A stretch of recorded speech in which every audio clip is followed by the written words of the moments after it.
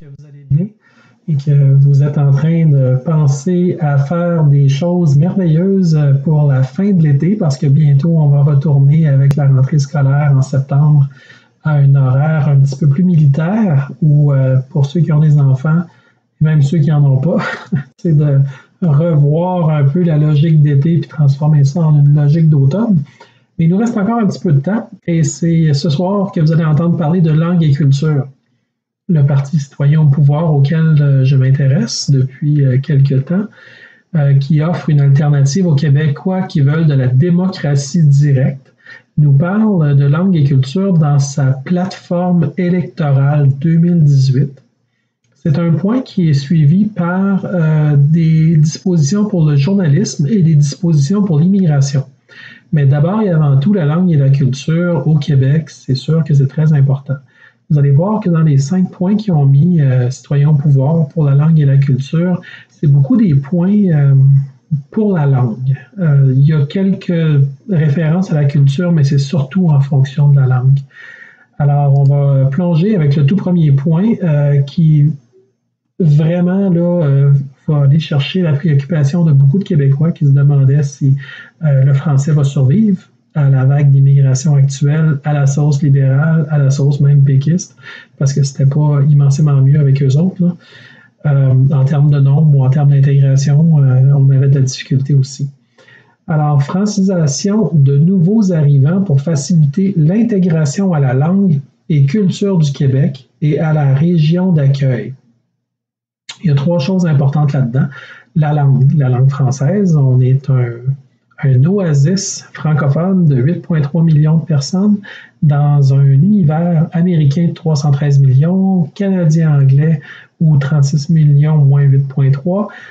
Mais il y a des francophones un petit peu aux États-Unis, il y en a beaucoup au Canada à différents endroits. Ils ne parlent pas nécessairement français à tous les jours, mais au-delà du point 1 qui est la francisation des nouveaux arrivants, probablement que le Québec devrait s'assumer en tant qu'État francophone ou province francophone. On a, je crois, à faire de la projection de notre pouvoir francophone de manière beaucoup plus efficace, à savoir que le français tel qu'il est parlé au Québec, c'est une de nos richesses. On peut s'exprimer de manière très efficace avec le français du Québec, non seulement dans des contextes un peu plus poétiques, mais également dans des contextes très modernes, les technologies, la médecine, les sciences, les transports. Tous ces domaines-là ont une vie langagière, francophone, quand même très vivante au Québec et il faudrait rayonner davantage à mon sens. Donc, le premier point, c'est la francisation des nouveaux arrivants. Tandis qu'on est sur le projet, peut-être une remise à niveau de ceux qui veulent avoir une utilisation plus efficace de leur propre langue, du français. C'est sûr qu'on n'en parle pas un peu plus loin, ça sort vraiment de moi, là. Mais moi, je pense qu'on devrait reprendre le contrôle de Télé-Québec et d'en faire une plateforme de diffusion qui n'a pas besoin de diffuser nécessairement par la télévision, mais qui diffuse autant en ligne que par n'importe quel autre moyen nécessaire pour être capable d'emmener l'intelligence, l'intuition, la beauté à la québécoise jusqu'aux Québécois. Et une fois rendu là, que ça puisse être consulté dans le monde entier pour qu'on puisse projeter ce qu'on a de plus intéressant à dire. Mais que Télé-Québec devienne un endroit où il fait bon faire rayonner la francisation, la francophonie et la culture du Québec, qui n'est pas que francophone. On a une culture anglophone qui nous a amené une richesse incroyable au fil du temps. Et ceux qui connaissent un peu la culture anglophone savent qu'elle est menée avec respect dans le cadre francophone de la province de Québec. Il y aura toujours des têtes folles, autant en français qu'en anglais, qui ne verront que le jusqu'au boutisme d'une seule langue. Mais moi, je vois le Québec, puis là, je ne parle pas aux non-citoyens au pouvoir, mais personnellement, je vois le Québec comme un endroit multilingue. On a énormément de gens qui s'intéressent aux autres langues. On est quand même une porte d'entrée en Amérique de par notre situation, ne serait-ce que pour ceux qui arrivent d'Europe ou d'Afrique. Et avec le temps, on a quand même fait un travail d'hybridation, si on veut, de faire vivre notre langue au contact de d'autres cultures. Évidemment, mais il ne faut pas se perdre là-dedans. Je pense que c'est un peu l'idée derrière l'idée de la langue pour citoyens au pouvoir, c'est d'être capable de demeurer nous-mêmes, tout en étant capable d'ouvrir finalement notre porte à d'autres endroits dans le monde qui ont des choses extraordinaires à nous montrer.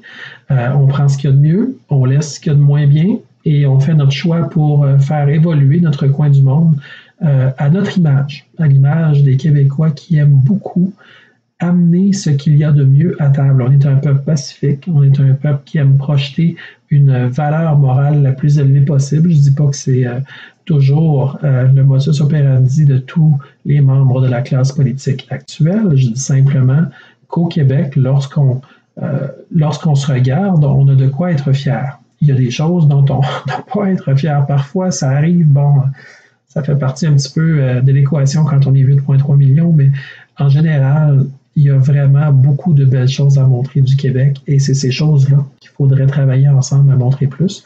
Et le fait de parler français va nous aider à projeter cette influence francophone-là partout dans les 200 à 400 millions de francophones dans le monde, ce qui est une clientèle gigantesque. À commencer par nos cousins français qui sont au nombre de 68 millions. Alors, le deuxième point que Citoyens au pouvoir met, après un premier point qui met la table, qui est intense, c'est le partenariat avec les commissions scolaires et le ministère de l'Éducation pour mettre sur pied un programme de francisation pour un nouvel arrivant. Puis là, il y a une petite parenthèse à faire parce que les gens de Citoyens au pouvoir suggèrent une réorganisation des commissions scolaires afin d'en avoir moins, mais qu'elles soient plus efficaces, d'épargner un peu sur les synergies qu'il peut y avoir. Donc, les commissions scolaires auxquelles on fait référence ici sont probablement la nouvelle mouture des commissions scolaires. Puis le ministère de l'Éducation, moi j'aimerais ça que ça s'appelle le ministère de l'Instruction publique. Ce serait immensément plus bienvenue comme appellation parce que je pense que l'éducation devrait d'abord se faire à la maison et l'éducation devrait comprendre la langue et la culture à la maison. Ça devrait être une fierté pour les familles de développer des outils langagiers les plus complets et les plus versatiles possibles. Et ça devrait partir à la maison. Puis je sais qu'il y a beaucoup des millions d'adultes et d'enfants du Québec qui prennent énormément fierté à la langue française. Donc, le partenariat avec les commissions scolaires et le ministère de l'Éducation pour mettre sur pied un programme de francisation pour nouvel arrivant. Évidemment, si on déménage dans un autre pays où le français n'est pas notre langue ou avec laquelle on va être accueilli là-bas, je pense que c'est à nous que ça revient de faire l'effort de l'apprendre l'autre langue. Si moi j'émigre pour quelque raison que ce soit en Suède ou en Finlande ou au Danemark, comptez sur moi pour apprendre le suédois, le finlandais ou le danois. Je vais peut-être pas l'apprendre du jour au lendemain, mais je vais mettre les efforts et je n'attendrai pas que la Suède, la Finlande ou le Danemark me déroulent le tapis rouge. Je vais moi-même prendre l'initiative de m'intégrer à ma nouvelle société d'accueil avec un maximum d'efficacité. Et la langue est un outil d'intégration qui est toujours gagnant pour une personne qui arrive dans un nouveau pays. Maintenant, certaines personnes sont moins équipées que d'autres pour faire face aux besoins au niveau de la langue. La langue française est parfois même parlée dans des pays francophones, puis pour être capable d'être vraiment efficace au Québec, parfois ça prend un petit peu de temps pour s'adapter, pour s'ajuster, mais on voit que les gens qui veulent se développer peuvent le faire au Québec. Les Québécois en général sont des gens accessibles, sont des gens qui aiment aller vers l'autre et qui aiment découvrir, qui aiment parler. Donc la francisation pour un nouvel arrivant, à mon sens, c'est tout à fait, ça coule de source. Et si un nouvel arrivant vient ici pour faire l'expérience du Québec, ce serait bien triste qu'il passe à côté de faire l'expérience de la langue française et de la culture québécoise, qui sont deux atouts majeurs pour qu'il puisse apprécier sa nouvelle maison, sa nouvelle demeure au Québec. Le troisième point, l'obligation pour tout enfant de nouvel arrivant de faire son éducation en français et ce, sans passe-droit. Il y a certaines, pas toutes, mais certaines communautés qui arrivent au Québec et qui ont tendance à se regrouper afin, pour toutes sortes de raisons, de faire fonctionner les synergies qui, dans leur pays d'origine, fonctionnaient Et ils essaient de reproduire un peu à plus petite échelle cette même synergie-là ici. Ça a l'effet très pervers de les isoler. Puis quand on s'isole, ben nécessairement, il y a une partie de tout ce qui nous entoure qu'on manque, qu'on ne voit plus. Et ça, c'est pas la meilleure façon de s'intégrer. Et c'est comme si moi, j'allais vivre en Finlande et qu'il y avait là-bas une communauté de, je sais pas, 5000 Québécois. Et que pendant les 5 premières années où j'habite la Finlande, je choisis de ne rester qu'avec les Québécois. Je magasine chez les Québécois, je parle avec les Québécois, mes amis sont Québécois, et je ne fais jamais l'effort d'apprendre le finlandais. Ben après quelques années, je comprendrais que les Finlandais diraient, mais là, écoute, si tu veux faire l'expérience de la Finlande, il faudrait que tu te mettes à regarder la possibilité de parler finlandais. Et puis, sûrement qu'ils seraient, comme au Québec, avenants et capables de nous offrir des belles choses. Être avenant, d'ailleurs, c'est une des caractéristiques des Québécois en général. On sait accueillir. Mais en même temps, je dirais aux Finlandais, ben écoutez, là, je fais mon petit mea culpa de ne pas parler finlandais encore et ça va venir de moi l'effort. Parce que c'est une question de fierté personnelle. On est tous uniques, on est tous créateurs, on est tous responsables. Et si on enlève à l'immigrant ou à l'enfant d'un nouvel immigrant, finalement, la responsabilité d'apprendre, qu'est-ce qu'on fait? C'est qu'on lui enlève son pouvoir. Son pouvoir sur lui-même d'apprendre, de s'émerveiller, de repousser ses propres connaissances. Donc, je pense que c'est juste la moindre des choses que d'obliger l'enfant d'un tout nouvel arrivant d'apprendre le français, parce que sinon, cet enfant-là va toujours être, d'une certaine manière, un peu handicapé dans sa nouvelle société d'accueil. Il va peut-être avoir du succès avec les quelques milliers de personnes de sa communauté, mais éventuellement, il va vouloir sortir de ces murs-là, il va vouloir voir autre chose. Peut-être que certaines cultures ne laissent pas sortir les enfants avec autant de liberté que nous, de l'espèce de forteresse culturelle que l'on crée. Mais par contre, il faudrait comprendre qu'un enfant ne vient pas ici pour faire l'expérience du pays qu'il a quitté. Il peut avoir des souvenirs merveilleux, il peut avoir des références qui sont superbes, mais en même temps, il faut être réaliste. On est dans un pays qui offre des possibilités de se réaliser à peu près à tous les niveaux. Donc, ce serait dommage de se mettre des murs artificiels et de ne pas se réaliser pleinement. Donc, l'obligation pour un enfant de nouvel arrivant de faire son éducation en français, et ce, sans passe-droit, c'est le plus beau cadeau qu'on peut faire à nos nouveaux arrivants. Et le fait que ce soit une obligation, ça va empêcher qu'il y ait des gens dans les communautés qui, par peur de peut-être perdre leur référence culturelle ou perdre le pouvoir qu'ils ont développé en créant une communauté fermée sur elle-même, qui puisse obliger des immigrants qui, eux, seraient peut-être un petit peu ambivalents, ils ne sont pas totalement à l'aise avec toutes les us et coutumes, puis ça les empêcherait de tomber dans un piège de ghettoisation, un piège d'isolement. Donc, c'est un cadeau extraordinaire à faire aux gens qui viennent vivre ici, qui veulent faire l'expérience du Québec. Donc, bravo, citoyens au pouvoir, c'est très, très bien organisé. À ceux qui veulent aller le voir avec leurs propres yeux, ceux qui veulent aller la voir, plutôt la plateforme, c'est citoyens avec un S au pouvoir.ca et la plateforme est là. Très facile à trouver, vous pouvez la lire. On passe, mon favori, 4e point. Un petit peu, mais bon, 4e. 4e point. Bon, pour un nouvel arrivant, une période de probation citoyen du Québec temporaire jusqu'à un minimum de francisation suivi d'un examen écrit et parlé. Là, le but, c'est pas de faire couler personne, c'est juste d'être complètement réaliste par rapport au fait que ne devient pas québécois la personne qui passe la frontière. Il y a toujours bien, comme dans n'importe quel autre pays où vous allez vouloir aller vivre, un certain nombre de conventions sociales qui s'adressent aux nouvel arrivants, qui doivent être non seulement respectées, mais aussi bien communiquées. Je pense que c'est notre travail de dire aux gens clairement ce qu'on attend d'eux autres. Et s'ils ne veulent pas aller dans le sens de ce que nous avons établi comme étant juste et raisonnable, dans la mesure où on veut faire rayonner le Québec et non pas faire rayonner tous les pays du monde dans un concept multiculturel où on s'efface nous, ça n'a aucun sens. il faut que les cultures puissent prendre ce qu'elles ont de mieux et rayonner au Québec à travers la Québécosphère et non pas la mini-Maghrébosphère ou la mini-Islamosphère ou la mini-Pakistanosphère. Il faut que ça devienne une nouvelle richesse pour le Québec. Il ne faut pas que ça devienne des îlots de ghettoisation, comme je parlais tantôt, parce que ça, tout le monde y perd. Celui qui est dans le ghetto perd automatiquement. Tous ceux qui sont autour perdent l'accès à une forme de diversité, de variété, de plaisir, de découvrir, d'aller à la rencontre de l'autre.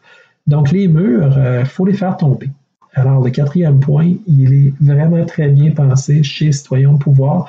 Le concept de probation citoyen du Québec temporaire est très logique pour quelqu'un qui arrive parce que je ne m'attendrais pas, moi, à aller rester dans un autre pays puis ne pas être sous une forme de probation. Présentement, il y a des conditions à remplir, mais il y a beaucoup de trous et ça ne devrait pas être parce que être accepté par une nation entière, c'est un processus qui devrait se faire avec beaucoup de décorum et dans un très grand respect. Or, la personne qui obtient quelque chose pour rien, ben des fois, c'est parce que ça ne vaut rien non plus. Alors, je peux vous assurer qu'au Québec, ça vaut quelque chose. Alors, ce serait important d'offrir la chose en respectant la personne à qui on l'offre et en lui offrant, comme pour tout le monde, avec les conditions que ça prend. Et ça va permettre à cette personne-là de repousser les limites de ses propres limitations et d'aller vers quelque chose de nouveau qui va lui amener beaucoup aussi. Le cinquième point, le dernier par rapport à la langue et la culture, c'est se doter de plus de ressources afin de mieux appliquer la loi 101.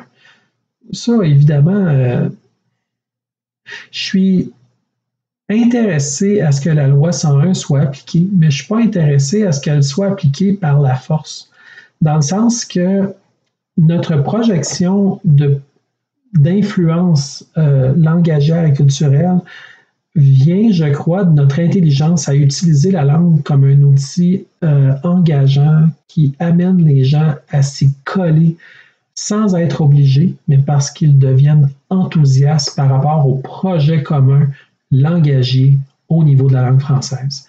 Et culturellement, ça vient un peu solidifier plusieurs des aspects qui nous font rayonner, non seulement ici même, mais autour de nous et jusqu'aux quatre coins de la planète. Donc, des ressources pour appliquer la loi 101, oui, mais à l'intérieur, à mon sens personnel, d'une façon de faire qui donne des ailes à la langue française, à ceux qui l'utilisent et même à ceux qui ne l'utilisent pas, comme certains anglophones qui peuvent parler du franglais de temps en temps, mais qui vont à leur façon continuer à faire vivre le français juste en hybridant certains mots. Puis Dieu sait qu'on hybride des mots en autre chose que l'anglais. Presque toutes les langues qui sont venues se greffer au Québec nous ont laissé certains mots. Comme nous, on a laissé des mots comme rendez-vous en anglais. Ça vient du rendez-vous français. On est capable de travailler avec une base francophone à 90% francophone, par exemple, et de laisser finalement une perméabilité avec beaucoup d'autres langues et de faire en sorte que notre langue demeure vivante et pertinente et intéressante et que ce soit quelque chose, un projet vivant, parce que la langue, si elle est morte, elle est morte. Tandis que si la langue est vivante, il faut qu'elle vive. Il n'y a rien de mieux pour une langue vivante que de vivre. Alors, dans ce sens-là, les 5 points sur la langue et la culture chez Citoyens au pouvoir, à mon sens, c'est bien. Personnellement, j'aurais aimé avoir plus de points au niveau de la culture. Il n'y en a pas vraiment à proprement parler, puis je pense que c'est un point qui devrait être amélioré chez Citoyens au pouvoir parce que la culture québécoise est riche, elle est belle, elle est contrastée aussi, et elle... En fait, avec le temps, on a acquis une grande maturité culturelle au Québec. On a été longtemps à se demander qui on était. Hein? Est-ce qu'on était finalement ceux qui avaient développé ce coin de pays-ci ou rencontré des gens qui l'avaient un petit peu fait avant nous autres, ou est-ce qu'on a amené une modernité, ou est-ce qu'on a combattu une vague d'invasion anglophone, ou encore est-ce qu'on a fini par trouver un terrain commun, ou est-ce que finalement on bâtit tous un projet commun, celui d'être heureux, celui d'avoir un pays où on est fier de vivre, où on est capable de se regarder et puis de dire, sais-tu quoi, on a raison d'être fier. On a acquis une certaine maturité. Je ne pense pas qu'on aurait pu avoir les discours qu'on a aujourd'hui à une autre époque où c'était plus polarisé noir et blanc. Tu étais soit francophone ou soit tu ne l'étais pas, puis si tu ne l'étais pas, tu étais l'ennemi de l'un, puis les uns disaient on a des ennemis de l'autre côté qui ne nous reconnaissent pas pour ce qu'on est, puis ça faisait en sorte qu'en mettant des murs, on ne se parlait plus, ou on se parlait peu, ou on se parlait mal, ou on se parlait pas, on se criait par la tête, puis c'était pas le fun. Il n'y avait personne qui gagnait à ça. D'ailleurs, quand on crie, c'est parce qu'on n'a pas le bon coffre à outils de mots pour dire les choses avec un langage normal. Ça veut dire que la communication ne passe pas bien et lorsqu'on ne communique pas, inévitablement, on a des problèmes. Alors, il faut faire fleurir la communication. Puis pour ça, il faut être un jardinier du langage. Il faut faire attention à ce qu'on a comme outil pour communiquer. Or, quand vient le temps de communiquer, on est pas mal pris. On n'est pas pris pour crier, pour passer un point. On peut passer un point très efficacement sans avoir à crier. Il suffit d'avoir travailler sur nous-mêmes afin d'atteindre un nouveau niveau de compétence langagière. Je ne parle pas d'utiliser des mots avec du perlage, je parle simplement de soi-même être capable de projeter un petit peu, avant même de le dire, le genre de discours qu'on veut tenir. De sorte que lorsque la personne nous écoute, non seulement les termes sont clairs, non seulement les phrases sont directives, mais en plus le propos a un suivi qui facilite la compréhension. Donc, ça nous appartient en tant qu'individu au Québec de toujours travailler à l'améliorer, cette langue-là. Elle est à nous. Alors, ma foi, pourquoi ne pas en prendre possession? Avec Citoyens au pouvoir, on veut prendre possession de notre province. On veut la faire grandir en tant que propriétaire de la province. On ne veut plus être au service d'une élite ou être au service des élus qui travaillent pour l'élite parce qu'on voit bien ça marche très bien pour eux, mais je ne peux pas dire que ça marche très bien pour la plupart des Québécois. Aux États-Unis, ils voient qu'ils sont rendus à près de 70% des gens qui vivent de 2 semaines en 2 semaines au chèque de paye. La dernière fois que j'ai vu une statistique au Québec, ça disait qu'on était au Québec 67% de la population de vivre de 2 semaines en 2 semaines, de chèque de paye en chèque de paye. Donc, ça veut dire que le système fonctionne très bien, mais peut-être pas pour le 67%. Sûrement qu'il y a un beau petit 20-25% de gens très confortables financièrement, des héritages, des super salaires, des beaux coups de la vie, loterie, qu'importe. Et ces gens-là, tant mieux, ma foi, on voudrait que tous les Québécois soient comme ça. Mais ceux qui l'ont, continuez à donner vos trucs, continuez à essayer d'aider les autres. Je sais que c'est pas toujours quelque chose qui vient naturellement, mais quand ça vient, c'est très apprécié par ceux qui les ont pas, vos trucs. Et de continuer à finalement aider, ça n'est une façon, ça, d'aller vers les autres. Aider seulement, des fois, en donnant les bons trucs, puis en étant honnête avec les gens qui vous demandent conseil, ça leur permet d'éviter de perdre du temps, puis peut-être de s'enrichir. Mais ça reste que le système que Citoyens au pouvoir veut amener, un système où est-ce que les gens se reprennent en main pour reprendre la province. Et vous allez voir que c'est le plus beau cadeau que vous pouvez pas vous faire, parce que votez pour vous-même. Ma foi, qui est mieux que vous? Il y en a peut-être qui vont répondre, mais moi, je ne suis pas nécessairement qualifié. Mais à quelque part, vous avez droit à votre opinion, vous aussi. Vous avez le droit d'amener sur la place publique ce que vous avez de mieux à rayonner dans notre belle société québécoise. Alors, ne votez pas pour quelqu'un qui va vous consulter une fois aux 4 ans. Et quand je dis consulter, je le dis avec des guillemets, parce qu'en réalité, ils achètent le vote. Ils sont tellement habiles. Ils se font donner des montants qui reviennent par le peuple parce qu'ils ont reçu des votes à la dernière élection. Donc, pour eux autres, le financement rentre à coups de millions sans aucun effort pour les partis qui sont déjà établis. Mais ça, c'est que ça devient très difficile pour un nouveau parti d'entrer. Un parti comme Citoyens au pouvoir, il y a 0 ou presque. Il y a eu, je pense, 1000 votes à la dernière élection. Donc, il y a très peu d'argent qui rentre à cause de tout ça. Mais c'est sûr que ça crée une compétition très inégale. Donc, c'est pour ça que vous, en tant que citoyen, c'est vous qui allez faire la différence en votant pour vous-même, en votant pour un parti de citoyens au pouvoir. L'aspect de la langue et de la culture est important et puis j'ose espérer que les gens citoyens au pouvoir qui ont déjà beaucoup travaillé, ont fait un super boulot, vont avoir l'occasion de nous donner la pleine mesure de ce qu'ils pensent faire au niveau de la culture au Québec. Je pense que c'est imbriqué avec plusieurs autres segments. Tant qu'à moi, ça va quand même chercher l'économie, les ressources naturelles, évidemment l'éducation. Ça va même chercher la santé parce qu'on a une culture au Québec qui est très hospitalière. Hospitalière, pas dans le sens des hôtels, mais dans le sens d'accueillir. Puis dans ce sens-là, je pense que même par notre système de santé, on pourrait avoir une culture de prévention. Au lieu de toujours être dans le trauma, puis l'urgence, puis la médecine allopathique, on pourrait travailler un petit peu plus la prévention. Une once de prévention, c'est pas mal mieux que le bucket au grand complet de trauma par la suite. Alors, évidemment, de ce côté-là, il y aurait peut-être des très belles découvertes pour nos politiciens de citoyens au pouvoir à développer une fois rendus à l'Assemblée nationale. Donc, évidemment, il y avait deux petits points qui suivaient pour ceux que ça intéresse, surtout les journalistes, les blogueurs. Écoutez ça, c'est pas tellement long, je vais vous en lire une petite partie. Le droit au grand public de connaître tous les faits pour un journalisme plus libre. Moi, je mettrais aussi un journalisme plus complet. Vous le voyez dans mes vidéos, j'aime pas les contraintes et je suis un YouTuber. Un YouTuber parfait, dans le sens que j'ai pas vraiment de limite de temps. Et c'est sûr et certain que dans ce sens-là, j'aime le principe de pouvoir parler. Alors que dans les médias, tout est minuté, tout est fait pour vendre de la pub. Radio-Canada est le fun de temps en temps pour ça, parce qu'on sent que de temps en temps, ils jasent, puis ils ne sont pas autant minutés pour vendre de la pub, mais on sent qu'il y a leur propre promo, leur propre...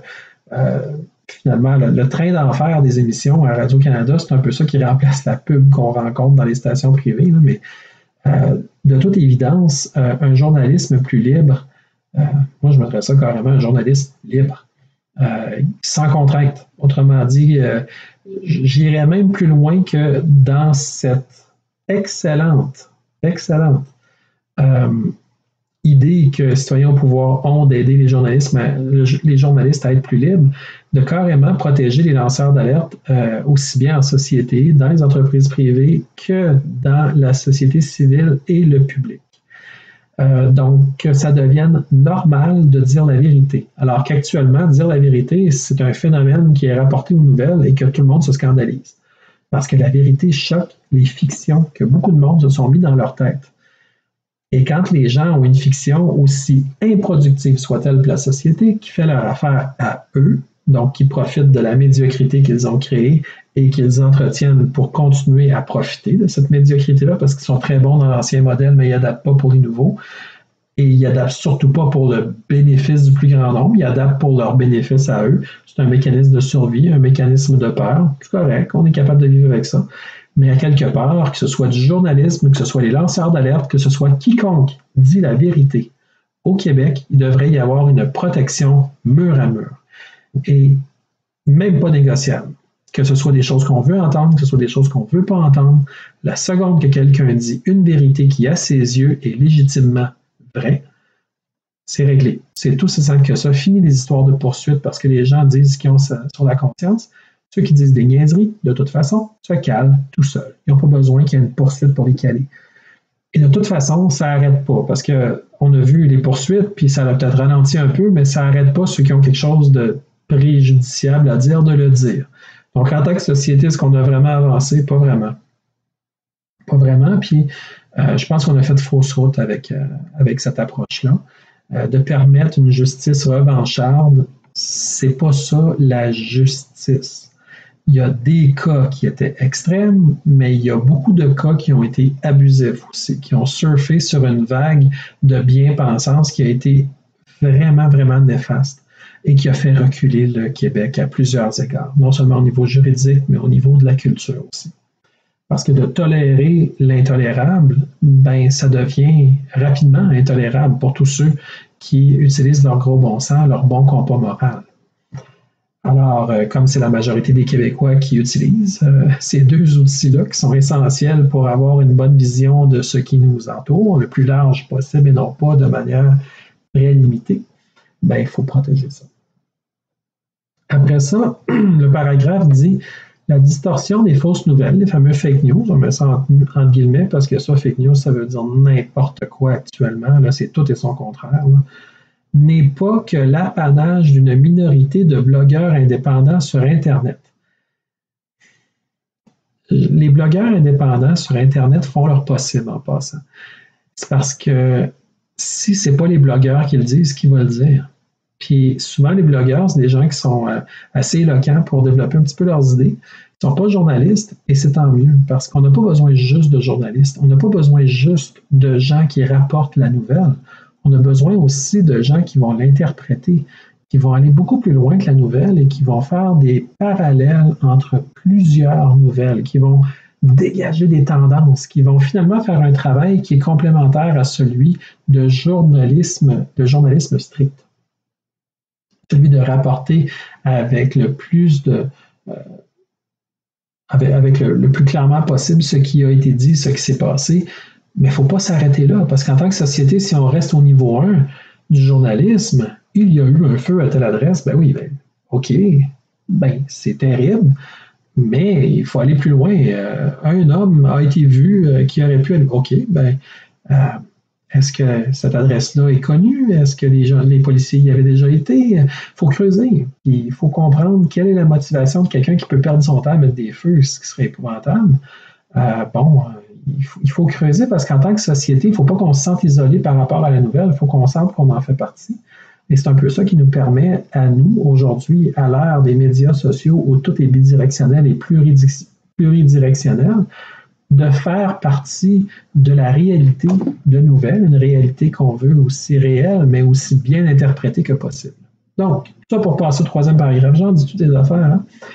Les grands réseaux d'information manipulent et modulent trop souvent l'information en vue d'atteindre les objectifs propres de leurs propriétaires.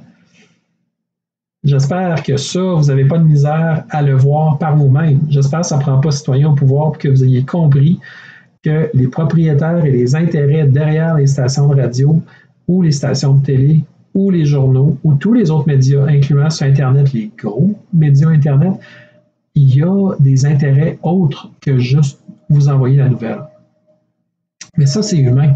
C'est juste que dans le cas des grands médias, ça devient systémique et finalement, on perd complètement notre compas de ce qui est juste ou non parce qu'on oublie, parce que c'est trop facile, ils nous donnent des opinions en canne. Donc, il y a beaucoup de gens qui disent, écoute, je n'ai pas trop le temps de réfléchir à ça, fait que je vois que l'opinion s'en va de tel bord, ben, je vais la prendre moi aussi. Et c'est correct, dans le sens que, évidemment, tout le monde est libre de se faire sa propre idée, mais si ça correspond, votre idée, à celle du journaliste de grands médias, ben, coudonc, votre job a été plus rapide, mais c'est dangereux parce qu'à un moment donné, ça devient un piège, parce qu'à un moment donné, vous vous retournez et vous dites, mais moi, là-dedans, qu'est-ce que je pense réellement? Puis vous vous rendez compte que vous avez oublié de penser depuis un petit peu trop longtemps. Et il ne faut pas faire ça, parce que si vous vous ignorez, vous, sachant que vous êtes unique, créateur et responsable, c'est que vous êtes en train de nier votre propre pouvoir à créer votre propre opinion qui vous est propre et unique. Autrement dit, vous êtes en train de passer à côté de votre propre personne et de votre meilleur intérêt. Alors, le fait d'avoir un journaliste plus libre, c'est absolument essentiel. Puis je suis très d'accord avec cette proposition-là de Citoyens au pouvoir. Plus bas, il explique qu'il va y avoir des journalistes par région, il va y avoir une obligation pour certains médias en vue de donner une présence dans leurs médias à ces journalistes libres-là, ce qui va donner l'occasion aux citoyens d'avoir une heure infiniment plus juste, plus riche aussi par rapport aux nouvelles qui sont traitées. Alors, c'est tout du positif, parce que les citoyens, depuis trop longtemps, sont vus comme du bétail qui regarde de la publicité, puis oh, on va mettre des nouvelles pour les garder là. Mais les nouvelles sont traitées de manière très légère afin de ne jamais offusquer un annonceur actuel ou potentiel, ce qui fait qu'on n'entendra jamais aucun média dire des vérités sur plusieurs sujets tout simplement parce que ça pourrait offusquer un annonceur. Et ça fait en sorte que nos grands médias au Québec, souvent, vont s'auto-censurer eux-mêmes.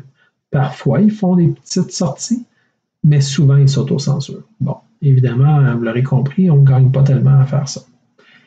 L'autre dernier point, c'était l'immigration. Donc, l'application ferme de la loi sur l'immigration et la protection des réfugiés.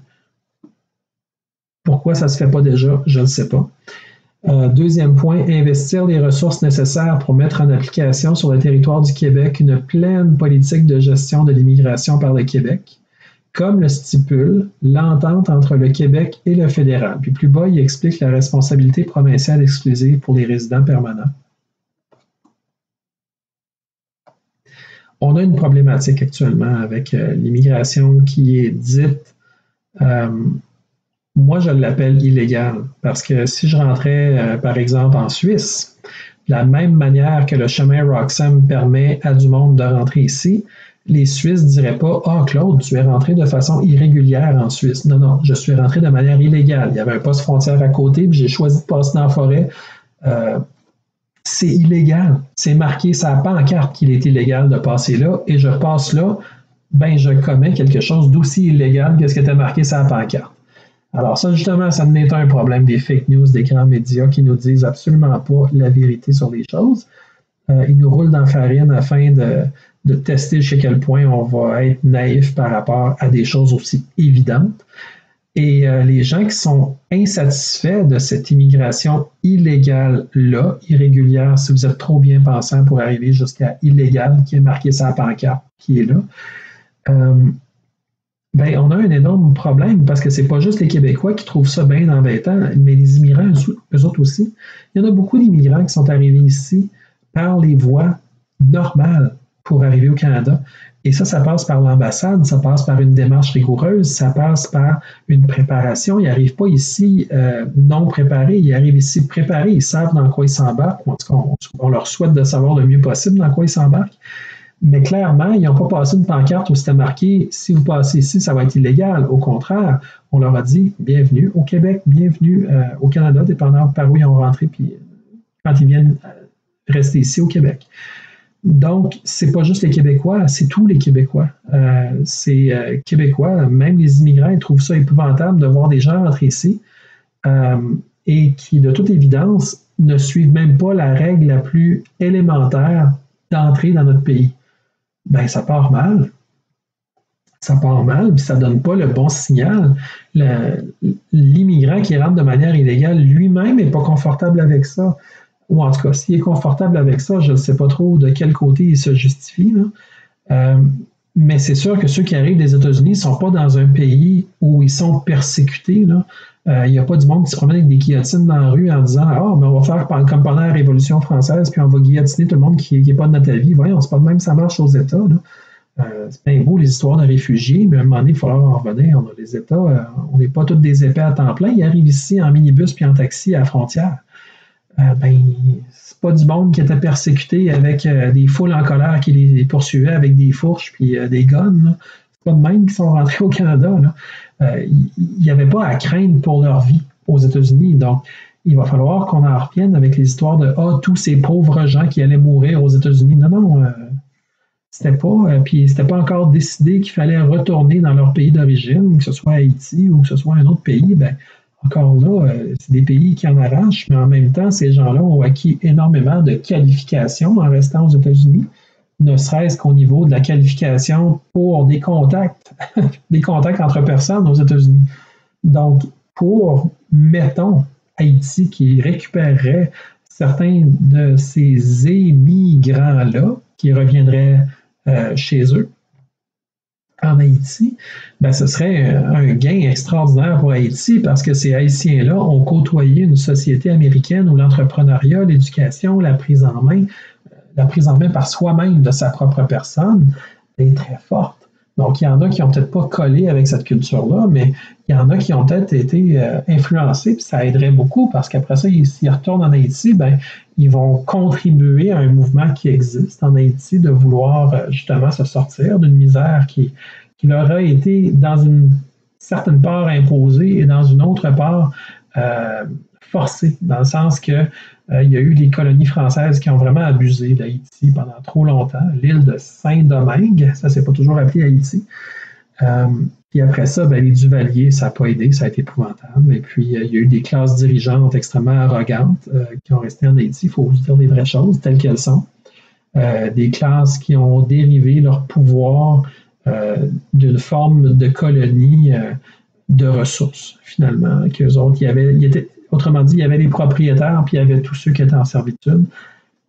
Or, il n'y en avait pas beaucoup qui étaient propriétaires. Donc, ces gens-là se sont arrogés le pouvoir et ont fait en sorte de... Là, je dérive sur Haïti, on s'entend que je ne parle pas de citoyens au pouvoir en ce moment. Mais bon, il y a eu plusieurs épisodes où les Haïtiens ont tenté de finalement s'aimer assez pour reprendre une forme de dignité dans cette société-là. Ça n'a pas toujours été facile.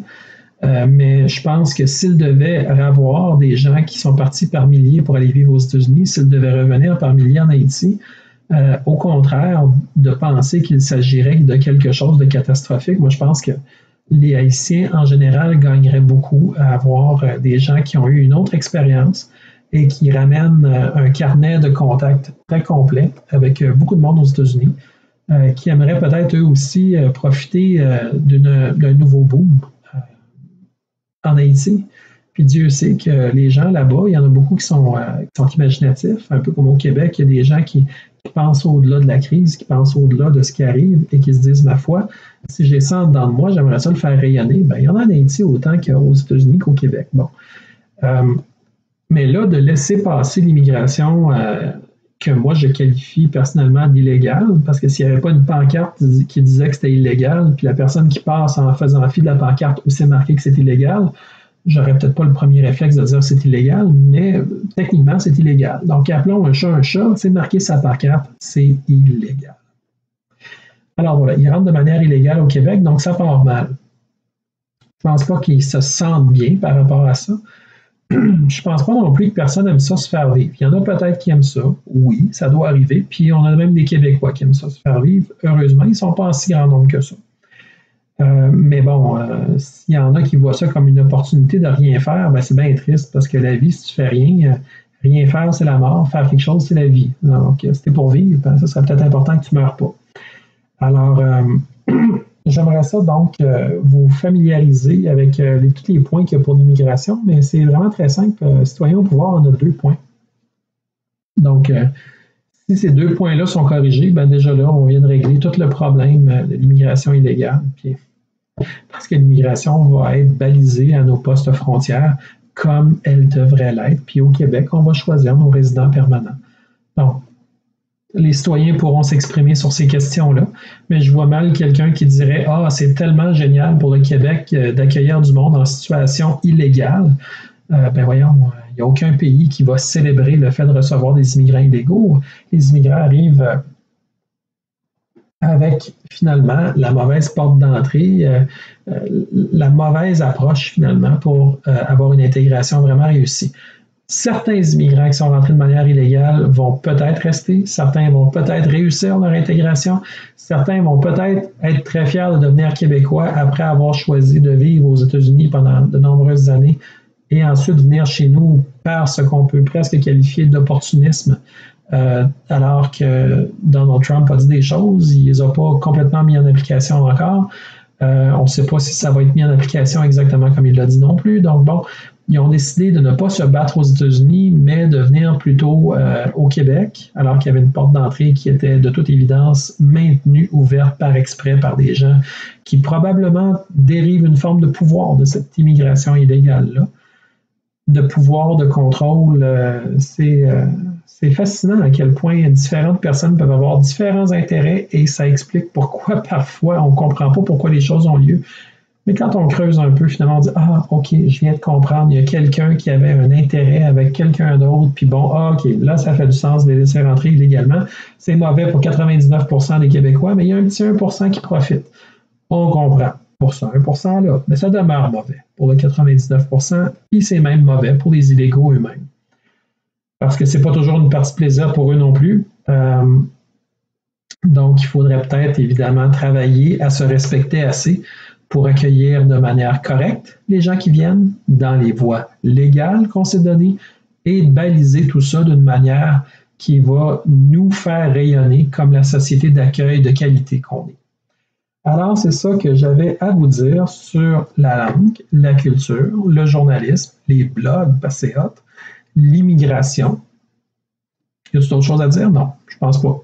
Le reste, vous pouvez en parler entre vous autres, parce que c'est toutes des choses qui sont chères à la plupart des gens, là, ces thèmes-là. On en parle beaucoup, ça fait jaser. Donc, gênez-vous pas d'utiliser des arguments dans la plateforme de Citoyens au pouvoir pour partir une discussion, partir une conversation, puis jaser de tout ça avec des gens qui, comme vous, s'y intéressent assurément.